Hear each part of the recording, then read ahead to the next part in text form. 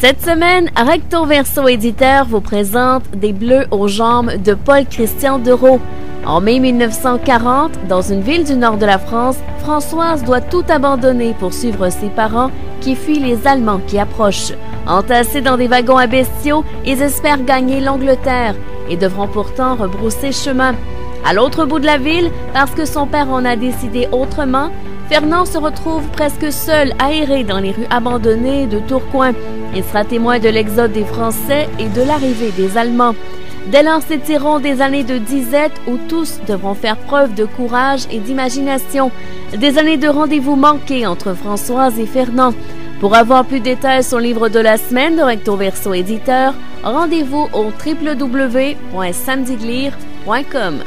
Les Éditions de l'Homme et Recto Verso Éditeur vous rappellent que vous écoutez Samedi de lire avec l'auteur invité d'Amélie Boivin-Enfield. On est maintenant rendu au moment de l'émission où c'est à mon tour de présenter mon auteur invité de cette semaine, Jean Désy, les ouvrages que j'ai lus cette semaine, et on commence avec un premier roman. C'est un roman de Guillaume Musso qui s'intitule L'Instant présent, publié aux éditions XO.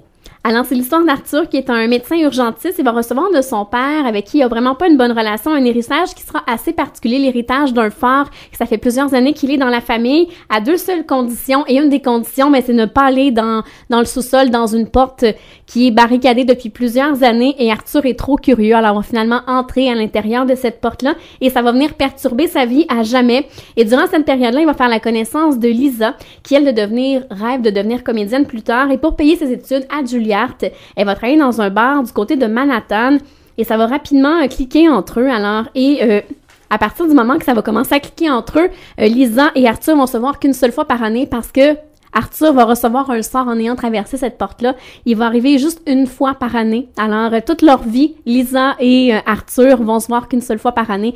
Alors, elle va être toujours à attendre Arthur et Arthur va être toujours à la recherche de Lisa.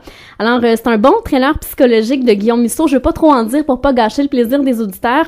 Et la fin est vraiment très surprenante. Alors, j'ai beaucoup aimé cet ouvrage-là de Guillaume Musso. Pour les gens qui aiment les thrillers psychologiques, vont avoir beaucoup de plaisir à lire L'Instant présent de Guillaume Musso. On y va avec le prochain, un album pour enfants.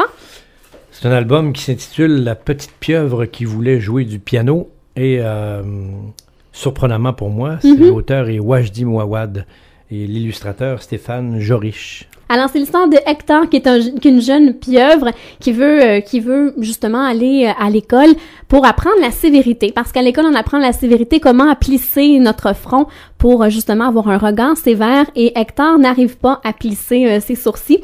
Alors, lui, ce qu'il veut dans la vie, son grand rêve, c'est d'apprendre à jouer du piano. Mais ses parents lui disent qu'il doit apprendre à avoir un regard de sévérité avant de pouvoir apprendre à jouer du piano. Et finalement, il respectera pas les consignes de ses parents. Il va demander aux gens qui l'entourent qui pourrait lui apprendre à jouer du piano. Et finalement, il y a le poisson-chat qui va lui dire qu'il devrait aller rencontrer le grand cétacé qui, lui, pourrait lui apprendre à jouer du piano. Alors, Hector part dans le grand nulle part à la recherche du grand cétacé pour apprendre à jouer du piano. Alors, on voit un peu tout l'univers, toute la poésie de Wajdi Mouawad dans cet ouvrage-là. Et c'est vraiment un clin d'œil aussi au grand musicien Glenn Gould dans l'ouvrage, un grand musicien canadien.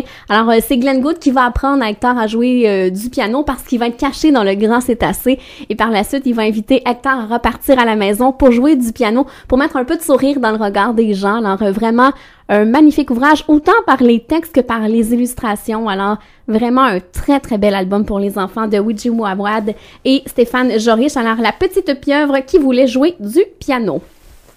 On y va avec le prochain, un roman pour adolescentes. Ça s'intitule Juliette à la Havane et c'est écrit par Roselyne Brasset, publié chez Urtubise. Alors, encore une fois, c'est le troisième ouvrage de Roselyne Brasset avec le personnage de Juliette. Et Juliette part en vacances avec sa maman Marianne, qui, elle, est chroniqueuse voyage. Alors, sans arrêt, Juliette part à l'aventure avec sa maman. Et là, il profite cette fois-ci du congé de fin de l'année scolaire pour partir du côté de la Havane. Alors, malheureusement, pour Juliette, elle va manquer la fête de la Saint-Jean-Baptiste avec ses meilleurs amis Gino et Gina. Et elle va retrouver du côté de la Havane Camille et Nathalie, qui sont des amies de longue date. Alors, c'est une très bonne amie à sa maman. Et Camille est devenue au fil des ans sa maman. Sa meilleure amie, en fait. Et là-bas, du côté de la vanne, bien, Camille et Nathalie sont là parce que le père de Camille vient de mourir. Alors, ils sont là-bas pour célébrer les funérailles. Alors, on va découvrir un peu comment les Cubains célèbrent justement les funérailles. Eux, c'est avec une grande fête, dans la joie et le plaisir. Et là-bas, bien, il va arriver plein d'aventures à Juliette ainsi qu'à Camille, Nathalie et sa mère Marianne. Et Juliette va découvrir les charmes d'un petit Cubain qui s'appelle Dimitri. Et ils vont également partir sur les traces d'Ernest Hemingway. Alors, on apprend dans l'ouvrage aux enfants qui était Ernest Hemingway, qui était ce grand poète-là. Alors, on fait beaucoup d'allusions aux ouvrages écrits par Ernest Hemingway, également où il a écrit ses ouvrages. C'est vraiment très, très intéressant. Les enfants apprennent beaucoup de choses. Et dedans, on nous apprend aussi toute l'histoire de la Havane, de Cuba.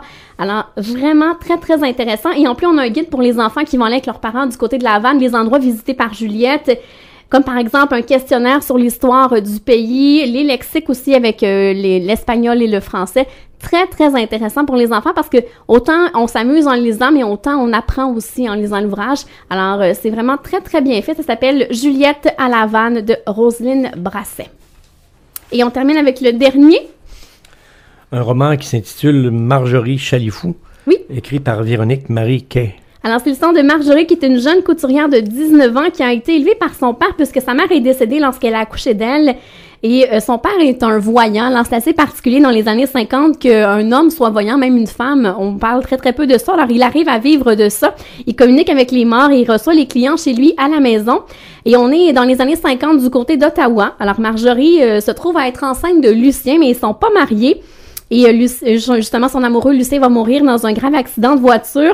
Et sous les recommandations de son père, ben Marjorie va partir à la recherche d'un homme, tenter de coucher avec un autre homme pour lui faire croire que c'est lui le père de son enfant qu'elle porte et l'obliger à la marier. Alors, et finalement, le personnage de Marjorie va goûter au plaisir de la chair, mais également de l'amour. Alors, elle va coucher avec beaucoup, beaucoup d'hommes dans l'ouvrage. C'est assez particulier que d'avoir justement un regard comme ça dans les années 50 et ça va l'amener justement à se réussir en tant qu'employée parce qu'elle va se trouver un emploi en dehors de la maison en tant que couturière dans un magasin de chapeaux. Et on va aussi découvrir justement comment se passait la vie des femmes à l'époque dans les années 50 et on va aussi découvrir ce que Marjorie veut vraiment dans sa vie. Alors, un roman rempli de péripéties à la fois drôles et touchants. Et c'est le fun d'avoir un regard qui est différent sur les années 50. Là. Moi, j'ai beaucoup aimé cet ouvrage-là. C'est le deuxième ouvrage de cet auteur-là qui s'appelle Véronique Marie Quay, Marjorie Chalifou. Si vous me permettez, M. Désy, on s'arrête et dans les prochains instants, ce sera déjà la conclusion de l'émission.